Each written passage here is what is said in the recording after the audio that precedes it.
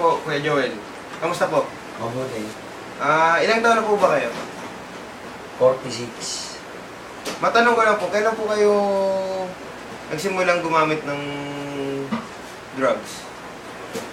Second year college.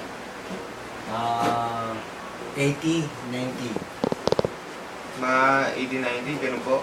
Ano po nag-influensya sa inyo? Ba't po kayo gumamit ito? Trend lang sa barkada. Kumbaga, pakikisama. Dahil lang po sa pakikisama, kaya po kayo gumamit ng drugs. Paano po kayo napunta sa mga ganung barkada? Kasi may kaibigan akong classmate ko sa college. Ganun yung ano niya. Broken family rin kasi sila.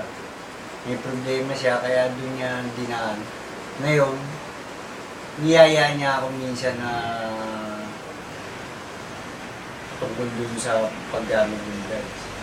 Ano ba yung una yung natikman na drugs? Kasi po, di ba, may iba't ba tayong drugs? Mga shabu, cocaine, Marijuana heroin, saka shabu lang.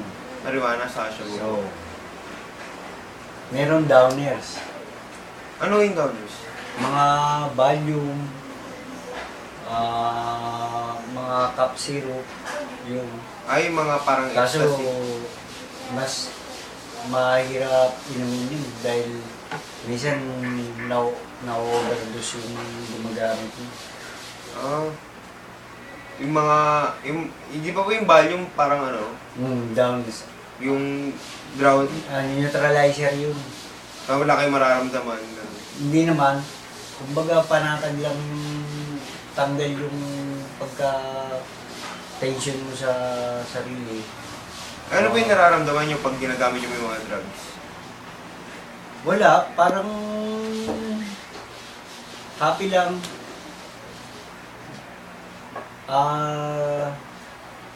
May isip mo, kumbaga happiness, yun.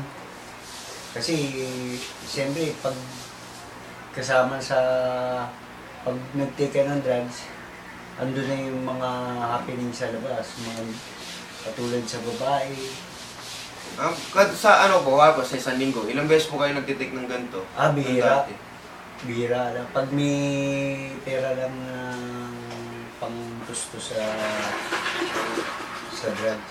Ano po yung mga iniisip nyo habang nagda-drugs po kayo yung ginagamit nyo yun? Maaliwalas, yung pakiramdam mo yung mararating yung gusto mong marating. Kumbaga, ilusyon. Yung, na-addict po ba kayo? Hindi naman. Hindi po kayo nakagawa ng mga luho para makuha yung luho nyo, yung Wala, mga vision? hindi ganun. Pag kailangan mo siya, magtatrabaho ka. Pag may pera, doon mo lang pantutustos sa Pero yung pang-uwi sa ibang bagay, wala. Ano po yung naging epekto nito sa pamumuhay nyo po ngayon? Wala, nakalimutan ng... Kumbaga, nakalimutan na yung kinabukasan. Na may kinabukasan pala. Bali sabi nyo po, second year college po kayo natapos, nagsimula na pagbisyo. Hanggang anong taon po kayo napagtapos sa pag-aaral? Napagtapos po ba kayo? Undergrad na kasi bumiyahe kami sa ibang lugar. Anong year na po kayo tapos? Saan ba kinuha nyo dati? Criminology. Ako po, police Oo. po.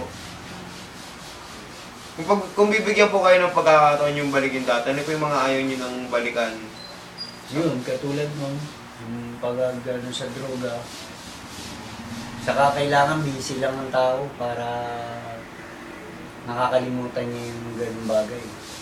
Kasi pag nakatuto ka sa kaharap mo, masamang influensya, pati rin ikaw, masama rin, mahihingaan nyo ka na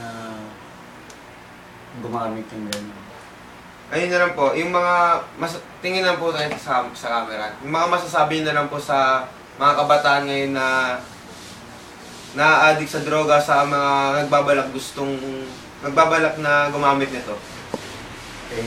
kalimutan na nila yung ganun hanggat bata sila dahil pag umidad na sila, doon na lang nila mararamdaman yung pagkukulang sa sarili. Oh, sige po, maraming salamat po Kuya Joel.